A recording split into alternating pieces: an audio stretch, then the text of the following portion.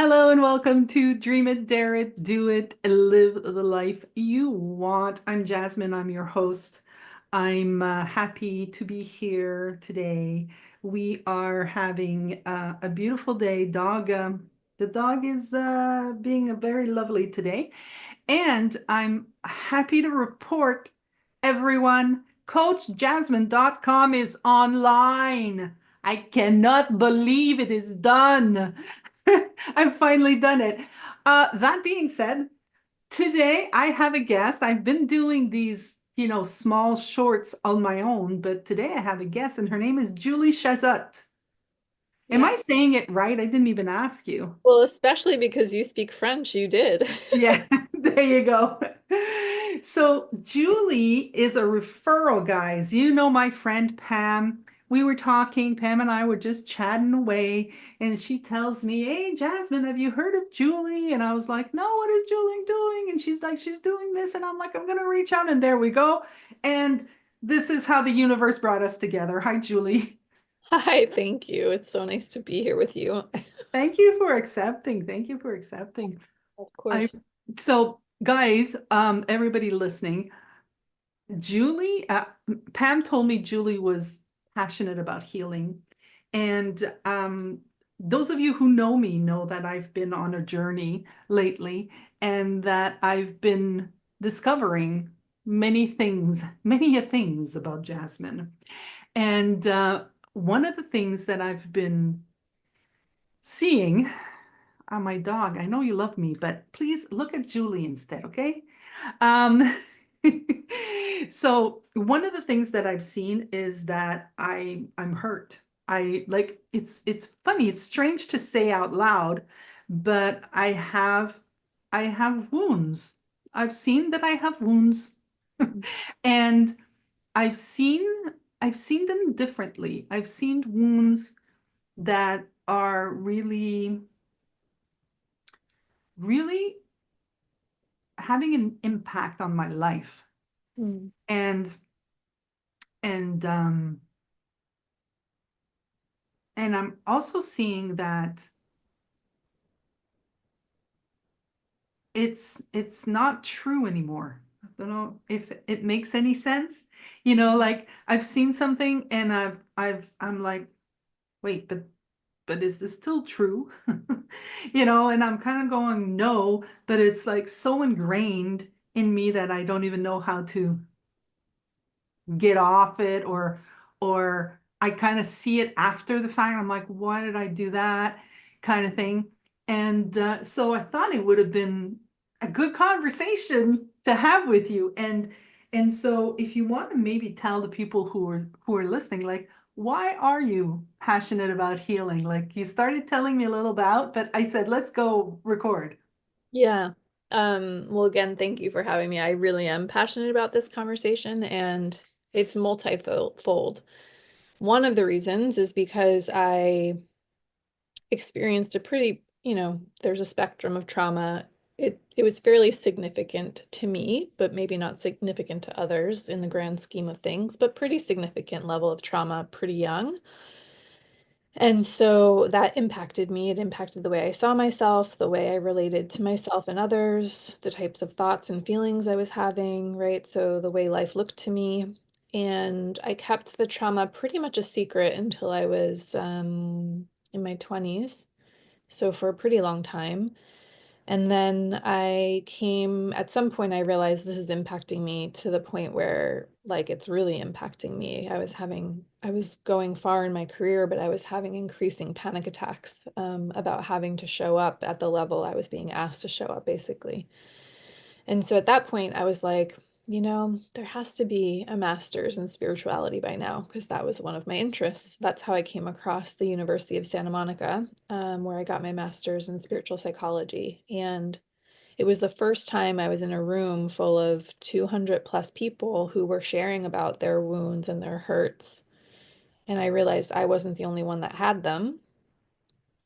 And I realized we all had a lot in common, actually. So it freed me up from a lot of the thinking that I had that this was a me problem. And that journey has just continued. I've learned a lot about healing. And for me, the reason I'm so passionate about it is because when we heal, we can create at higher levels and more in congruence with our true nature and who we really are. So to me, I just see them as two sides of the same coin, like creating and healing. Um, at least as long as we're in this human form, because there's a lot of healing in this human experience that is beneficial.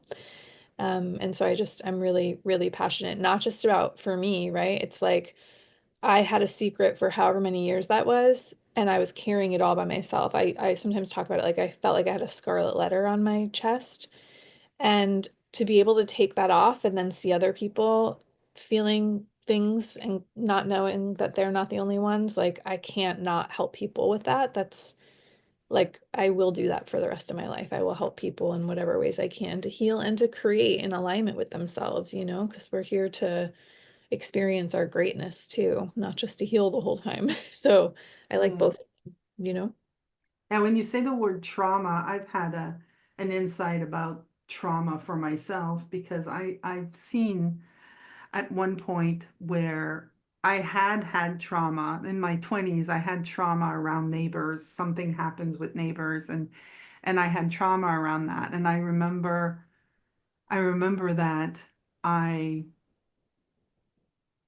I just diminished it. I said it's not trauma. Yeah. Like kind of Yeah. like I tried to take away by saying, oh no, no, it wasn't trauma. I thought that, it wasn't trauma, but it was. It was. It Mhm. was because it's been over 30 years and I still have Yeah. remnants. It's still there. I still have something happens with any neighbor and I get, hot flashes, Yes. palpitation, and me saying no, it wasn't, or me saying things like, oh, they're just assholes, oh, that's okay, I can handle it, it Mhm. didn't help me with the healing around it. And I'm not finished healing about it. I know that I'm not because I still have fear around neighbors, but that there has been lately in the past few years an opening around it. Amazing. Yeah, and what I love to see about that is like our nervous system is literally designed to protect us, right? And so when something traumatic happens, if it doesn't get resolved in the nervous system, it stays around as memory and we're literally looking for that threat again, right? So it makes sense that if something feels unresolved about the past, that anything that kind of feels similar to it can kind of create those same reactions internally. Yeah. And that is something that's really important to me. It's really important that we don't, like you said, we don't diminish it. It's like I feel like we're coming into a different level of consciousness where we can talk about these things in different ways. There's more understanding, there's more education. And I think the old way was to diminish it and try to like pretend it's not there. But as Yeah. you said really wisely, you're gonna get feedback that it is still operating inside of us. You know what I mean? Like your life will show you that it's still there. Yeah. Yeah, I was just talking with a client earlier today, and what I was telling him is like, we gotta own our stuff. Because if we don't own it, we can't do anything about it. Yeah, You it's know, like if in it's our domain. yeah, it's like you gotta own it. You want to change it, you gotta own it. Mhm. This belongs to me. So like this thing could never change because I wasn't owning it. So for Mhm. 25 years, I lived in a home, and on each side of me, I had two neighbors, and both of these neighbors were innocently asking me questions or asking me to do things. And I was like, not even going onto my balcony, because Mm. I was afraid of them asking me whatever they would ask, you Mhm. know? Mhm. Yeah. I mean, talk about safety right there, right? It's like when we don't feel safe and it leaves an imprint, it's going to have an impact until we learn how to feel safe again in those ways. Yeah. Let me ask you something. I'm going to ask you something just like that. Uh, So what do you think the impact? Here's something that I've been noticing for myself. I've been noticing that I repress Mhm. certain emotions. Mhm. Well, I can't even say certain emotions. It feels now like now that I'm noticing it, it feels like it's all emotions. Mm. You know, Yeah, the uncomfortable ones probably more so yeah, even. well, I feel like you said, there's two coins, like there's two sides to the coin. I feel like, okay, well, if I don't want to show anger, well, I'm not going to show happiness. Yeah, yeah, true, true. So I'm seeing this, and I can see, and I don't want to, my goal is not to make anybody wrong in my life. That's not it. I'm seeing what I've done with whatever happened in my life. But I know that I'm a lot. I'm a big personality. I'm not a small personality. You'll never find that in me. You know, and I'm repressing. You know, Like, I love you. right? Um, but I remember, smaller when I was a kid, if I was happy, I was happy and everybody knew I was happy. And if I was mad and everybody knew I was mad.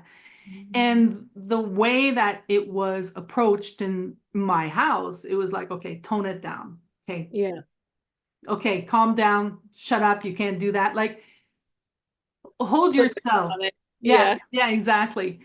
But I see that I've done Yeah. quite a bit with that, you Hmm. know. Hmm. And so in your travels, like I feel that that had a major impact on me. Oh yeah, definitely. I mean, 1,000% it did. Yeah. So, what would you say you want to know about it specifically? I have no idea because it's really new.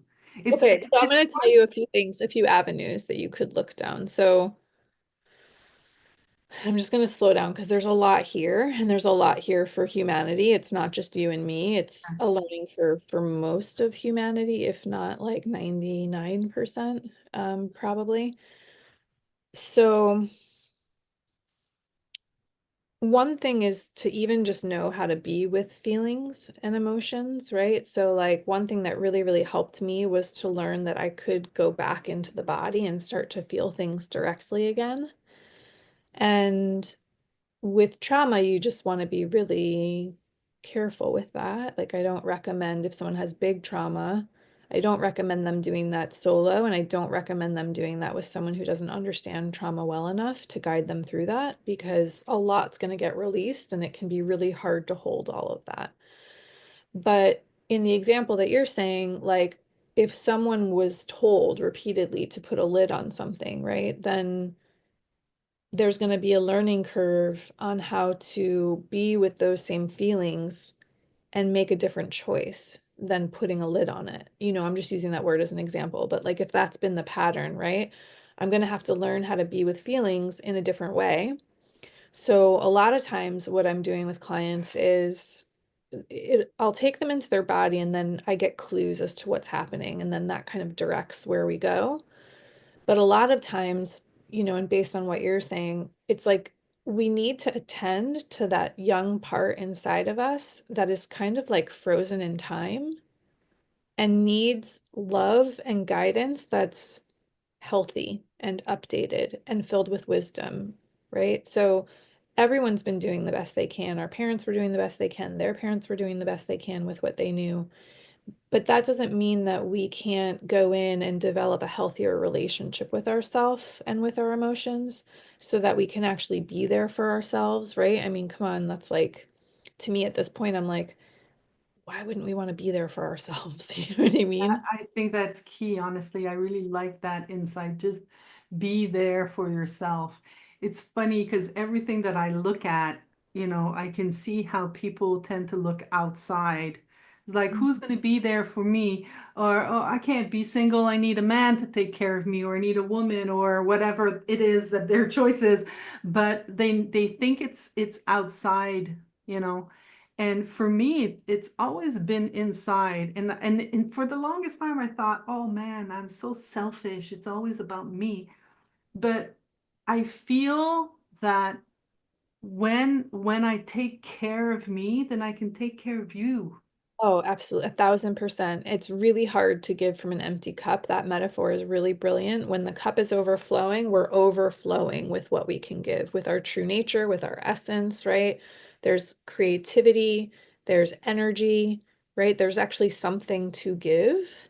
But if a lot of times with clients, it's like I can notice it because I noticed it in myself a long time ago that like I wasn't even at the table, right? Everyone else was at the table. Everyone else's needs were at the table, but I wasn't at the table and I didn't even know what my needs were, you know? So I had to kind of learn how to even listen to myself again. And that continues to be an ongoing journey. There's so much insight there, so much healing that can happen there. And I just find that I mean, I don't wish this for other people, obviously, but it's kind of nice to know we're not alone, that we're all in this together. We can really, because part of regulation, like regulating the nervous system, isn't just that I regulate on my own, which I think we can become so ultra independent, but we can co-regulate with others, which is why community is so important to me, because you can have a space that's very loving and safe, and that's actually going to help heal a lot of patterns that were created in environments that didn't feel safe or didn't meet our needs. So we can actually be in spaces that are healthy for us, and that's going to help us heal. Yeah, and I think that it's important for us to understand that, what we feel is okay. Yeah. It's totally valid. Whatever you're feeling is totally valid. And if you can find somebody that can let you be who you are, whether it's one person, two person, a whole bunch of people, then freaking jump on that train, man. You Yeah. know, it's like go there and keep feeding yourself with that. And Yeah. then in the rest, get out. I mean, don't even touch it. I mean, lately, one of the things that I did was get away from somebody that was close to me, and I just stepped away. I didn't kick them to the curb. I didn't make them wrong. It was just like, no, when I'm around this person, I don't feel good, and I just needed to take a step back. And Mhm. doing that really, really fed my soul. Yes. Especially if you can feel that someone has been innocently most of the time, and I kind of think all of the time, because if they knew better, they would do better, but innocently draining our energy, right? But we get a choice as to whether we want to continue in that relationship or not. And one of the healing examples that's occurring to me, I have many, but this is the most recent one, was I was doing a call with someone, I think yesterday. And this is such a good example, Jasmine, because it speaks to what you were saying about like putting a lid on feelings, right? So we went into her body and we got in touch with a few feelings and her resistance to those feelings, which is really important. We want a resistance to be okay too. And through that process of kind of guiding her there, we saw that she was really angry about something. So we tapped into the anger. It was from her teenage years. We really gave space for like what was that teenager even feeling. Now, what was interesting was when we went to give it a voice, to let the anger just speak, she didn't want to because she was like, that's just venting. What does it do? And so we had to do some education, right? Because that somehow got programmed into her. And I said, well, we all need a safe space to express how we feel and to be met with love and compassion and connection. Everybody deserves that. So that tiny piece of education changed the whole thing. And within, I would say, 10 minutes, she knew a boundary she needed to set back then. She was able to set it internally inside of herself. And then it made things clearer for now, right? So it's like when we can go back into these past misunderstandings and clean them up, we get clearer eyesight for our current circumstance many times. So it's really, really important to see how we're relating to feelings because most of it's unconscious. We're not even aware of how we're doing it, or like you became more conscious. Oh, I was told to put a lid on it. and now that's what I'm doing, and that this is the impact, right? So you're more conscious. The more we can take it from the unconscious and bring it conscious, then we have choice where we didn't have it before. Yeah, there was a pattern also in our family of judgment. We're very, I mean, I think it's, you know, society. I mean, I mean, but I live in society, but I lived in my family. And I know that we're judgmental, and I know that. And, you know, I live alone. I've been living alone for a long time. Well, not alone. I got this girl. But, and this girl, you know, I never judge her, but I can go for a walk with her and I can do something and I'm going to hear the voice in my head judging me. And I'm like, like I heard it this week or this last week. I was walking around and we were just having a walk and I see a little rabbit and I go, oh, look at the little rabbit. Oh, he's so cute. And then I heard my voice. See, like she wakes up and I heard my voice and then I heard in my head say, why'd you take that voice? And Mm. I was like, it's almost like awake of like, because I took that voice. What's your problem kind of thing, you Yeah. know? And it was like, yeah, it's just crazy how we have automatic, well, I'm going to talk for myself, but I have an automatic judgmental voice for me, you know, and I thought I didn't even judge people. I'm like, oh no, you judge people too, Jazz. Well, but see, this is the thing that's so brilliant. I love this. I just did a post about this. So I love this so much. This to me is a huge key. I used to, if I saw that, what you just said, because I mean, I definitely have seen myself doing exactly what you just said to myself, to others. It definitely is a part of the human experience at this point for most people. But I used to think that was me. That's a reflection of a nervous system state. It has nothing to do with who I actually am. And the fact that I was misidentified with that as Julie, to wake up from that is everything, everything, because then we're not confused with who we actually are. You know what I mean? Like, Yeah.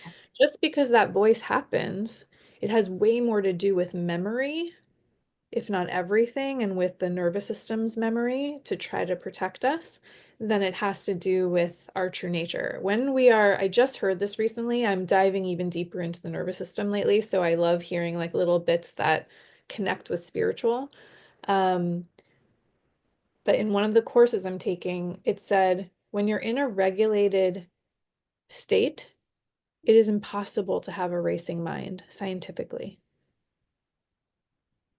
Okay, so explain that a little bit for me.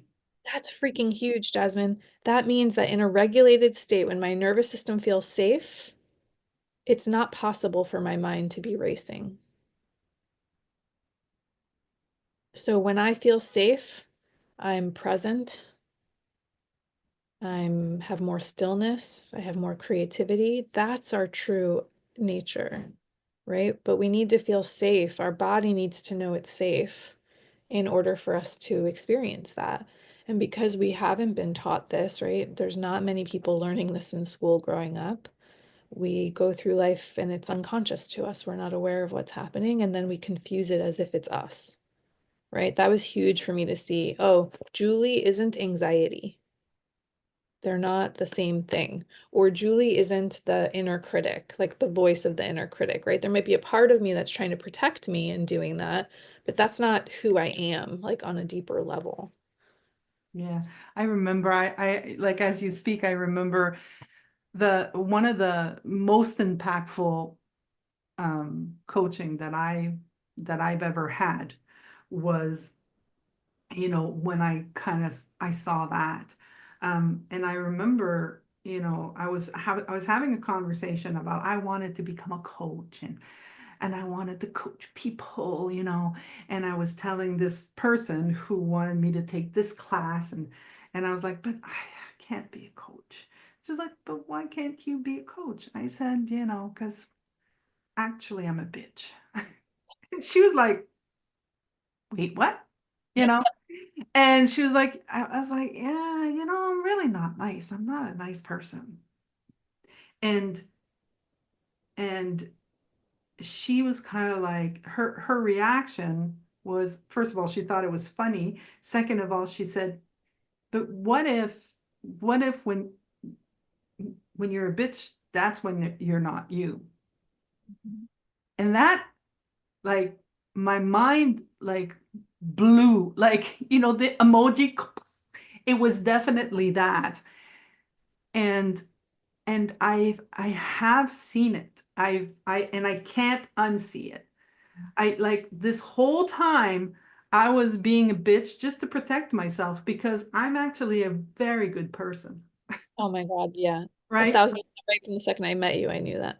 Right. So it's kind of like, thank you. Uh, but like owning that also for me was scary, because people hurt. Again, people are going to hurt good people, but no, no, I don't. I'm not fragile. I'm a great person. And Mhm. I don't need to be mean and rude. And sometimes I forget because sometimes I still am. I've done something to my dad the other day. Was like, oh, why did you do that? But I'm learning. Yeah. I mean, that's why you're such a powerful teacher because you share it as it is, and people get to see themselves. And like that's what I was saying I saw at USM was like, oh, I'm not alone. Mm. I'm not experiencing this all by myself. And then to realize we all have a nervous system that's doing the exact same job trying to protect us. And so some of these things that are happening are actually trying to keep us safe. And we just have to learn about that and about ourselves and about how to feel safe when we actually are safe. Then all of a sudden it's like a whole other ball of wax, right? It's like a different game that we're playing. It's not a game of thinking there's something wrong with me and I need to fix myself. It's, oh, I actually completely make sense as I am. Everything's perfect. And I'm learning how to regulate so that I can feel more of myself more of the time. Right. And from that state, like I said, we're gonna have so much more creativity. And that to me, that's our true nature is to be creative, to express, to connect, to be with other people. Um, Maybe not all the time for people who like to recharge and be Yeah. solo, but like to be in healthy relationships with people, So I just think your voice is extremely meaningful, Jasmine. People are going to hear themselves in what you're sharing. And I know for me, that was like the first light that I needed was to see that it wasn't just me. Yeah. I really truly believe that if we look at what we want, and even if other people don't agree, don't understand, it doesn't matter. It doesn't matter. What is it that you want? Do what you want. And it's so funny because it had an evolution for me. It started with, I want to watch TV all day, to, oh no, I really don't want to watch TV all day. It's kind of like I had to say something to see, oh no, actually that's not true. I remember when I first became self-employed, I was like, I want to do what I want when I want. And I do what I want when I want. But what it evolved, like, is doing, at one point I saw that, sometimes it doesn't bring in the money, you know, Yeah, you know, yeah. but I had to go through it. I had to see it. I had to do it. So it's kind of like just dare to do it because it's speaking. There's something that's speaking to you, and maybe you're looking at it at surf on the surface right now. But if you play with the surface, you're gonna scratch and you're gonna get deeper. Yeah, I mean, also because in that you're honoring yourself, Yeah. listening to yourself, right? So if people, I just remember people would like, let's say I was, I don't know, maybe working with someone and they would use the word disassociated. I'd be like, I don't know if I can work with someone who feels disassociated. Now, the whole thing, Jasmine, was that I was disassociated and I didn't know it and I was really scared of it, right? So it wasn't until I started being like, oh, I can just experience disassociation. And I literally let myself just feel what that felt like. And it started to like soften and release itself, right? So it's like if we've gone from being disconnected to ourselves to all of a sudden listening to ourselves, like you're describing, and honoring ourselves and feeling safe in that, oh my gosh, like there's going to be a lot of gold to be found there, a lot of gold. And we'll get better discernment in my experience of like, what is conditioning telling me I want versus what I actually want, right? What's actually true for me. Those are really two different things, and the listening to ourselves is such a big part of being able to discern the difference. Yeah. Yeah, and I think it takes a while to, I mean, when we're in this habitual, because I mean, we're creatures of habits, right? So I mean, we need to slow ourselves down, like you said in the, when we first started, you gotta slow it down and then really look at it and see what it is that you're doing. And if you can't see it the first time, just look again. Keep looking. You just gotta keep looking. You're gonna see it. You're gonna see it.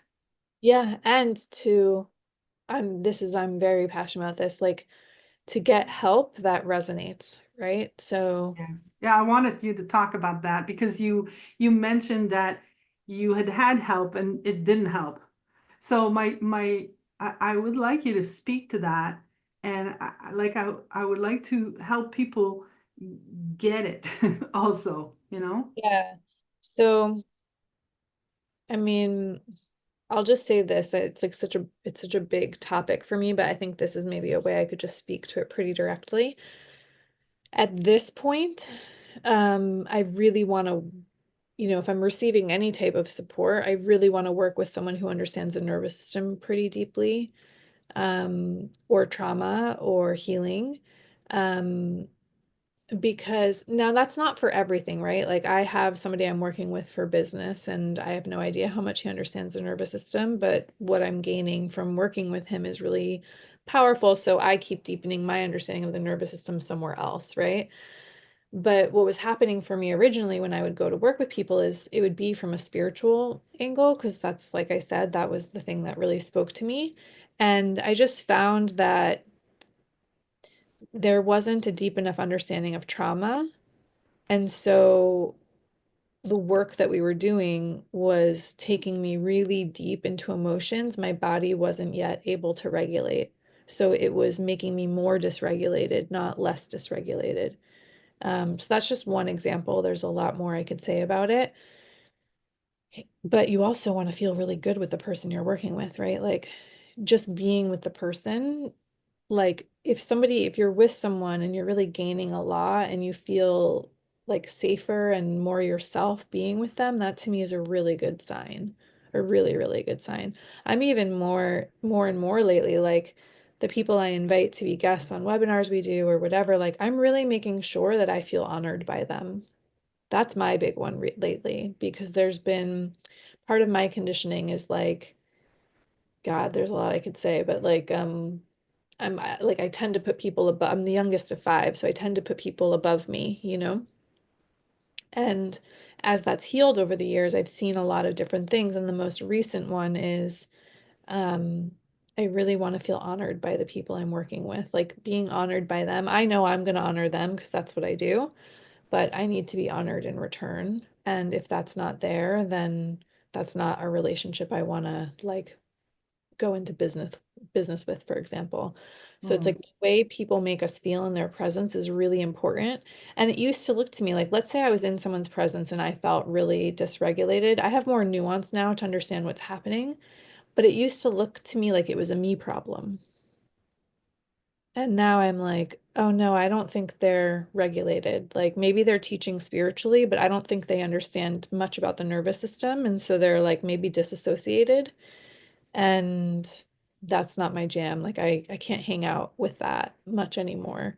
Kind of like you said, you start to come away from things that aren't as helpful or honoring or. Yeah, for me, like as you speak, I can see how, there have been times where I was coaching people and at the end of the coaching session, I really didn't feel good and I could feel that they didn't feel good.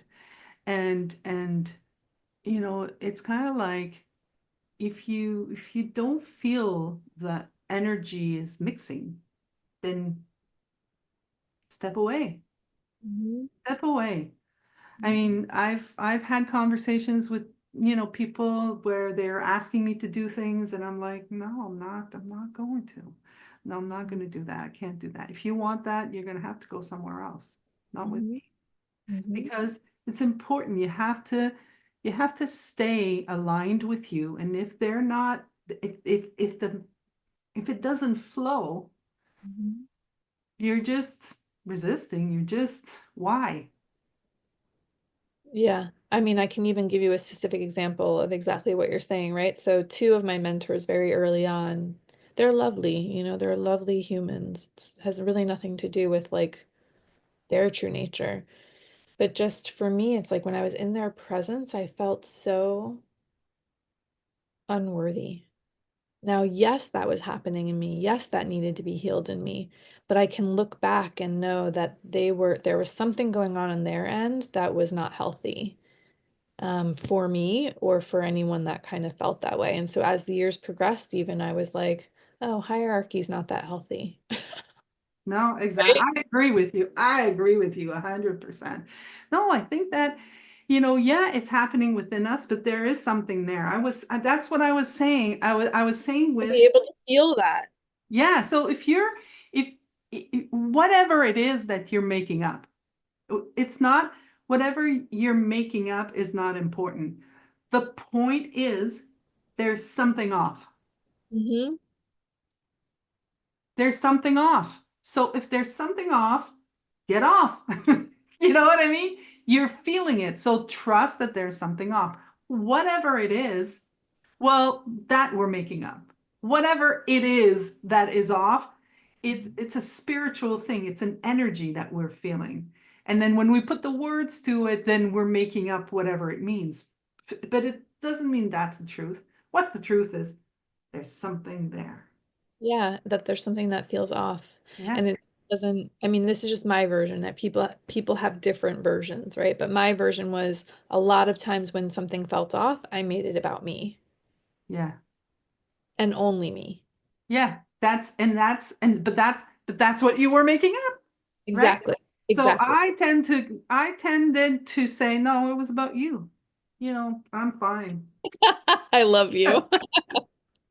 But that's why I say we all have our own flavors, right? It shows Yes. up in different ways. And Yeah. so to me, the main thing, if I had to just say one thing about that, because honestly, I could say a lot depending on who I'm talking to. But the one thing is like safety. I should feel safe in my body. And I should feel like I'm getting safer over time if someone's really mentoring me, especially around healing, because we're Yeah, talking about for healing. sure.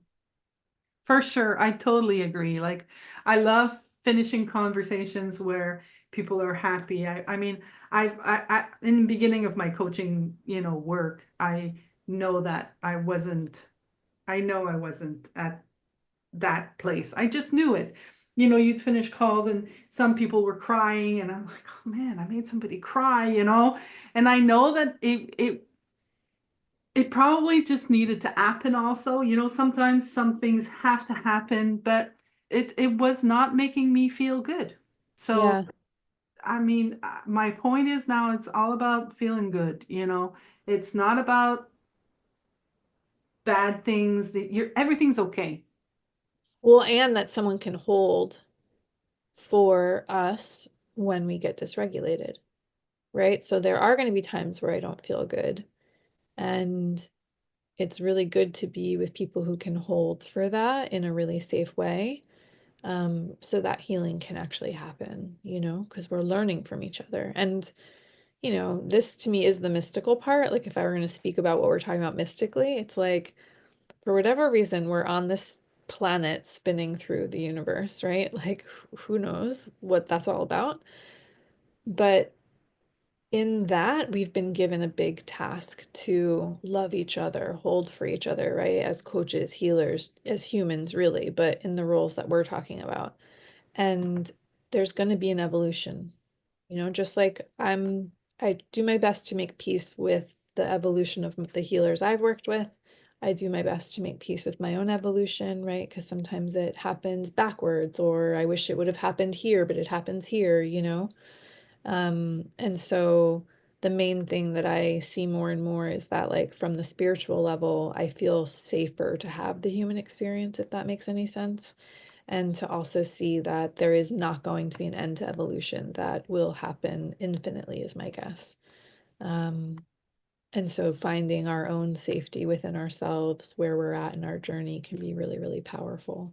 And to not feel, like I said before, that we have to do that alone. I don't think we are supposed to be doing that alone. Mm. Well, Julie, guess what? We're done. We We did it. we did it. We busted. Uh, so do you have any like anything you'd like to like if anybody's listening and would like to talk to you, do you have anything going on lately or how do they reach you? Yeah, well, depending on when they listen to this, let's see what I could say. We tend to have some free programming at some point during the year. So if they go to simpleshift.com, then they'd be able to find out which free programming we have coming up. And then the thing that I'm most passionate about is our community, and you can also learn about that at Simple Shift. And it's a group where people can come together to heal, to transform, and to create and to thrive. So that's something I'm extremely passionate about, and love to welcome people who resonate with whatever I'm saying, because it means that there's most likely a resonance, you know. Mm, fantastic. All right. Thank Well, you. thank you very, very much for joining us and on this episode. And yeah, have Thank you for a having me. fantastic journey. And Yes, you too. I'm gonna tell everybody else who's listening, I hope you've enjoyed. I want to say dream it, dare it, do it, live the life you want, and I'll see you next time. Bye, everybody.